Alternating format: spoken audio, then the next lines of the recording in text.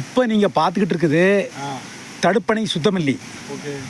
இந்த தண்ணி எங்கேருந்து வருதுன்னா தாமிரபரணி, அதாவது காரையாற்றுலேருந்து கிளம்புற தண்ணி. அந்த ஒவ்வொரு தடுப்பணையாக இந்த தடுப்பணை வந்து அரசு கட்டினது. ஸ்ரீவைகுண்டம் தடுப்பணை தான் வெள்ளக்காரன் காலத்தில் கட்டினது, பிரிட்டிஷ் அரசு கட்டினது. மொத்த தடுப்பணை எங்கேருந்து ஆரம்பிக்கி? ஃபஸ்ட்டு தடுப்பணை அங்கே இருக்குல்ல, பானாசில் இருக்கிறது தலையணை. அதுக்கடுத்தது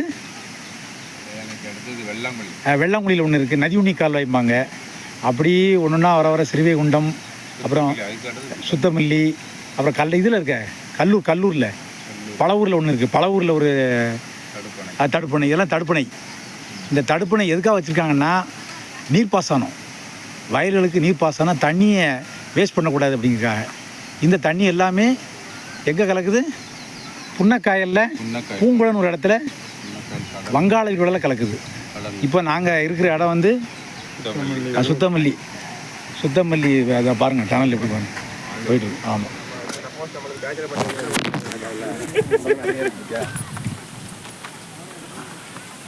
போங்க.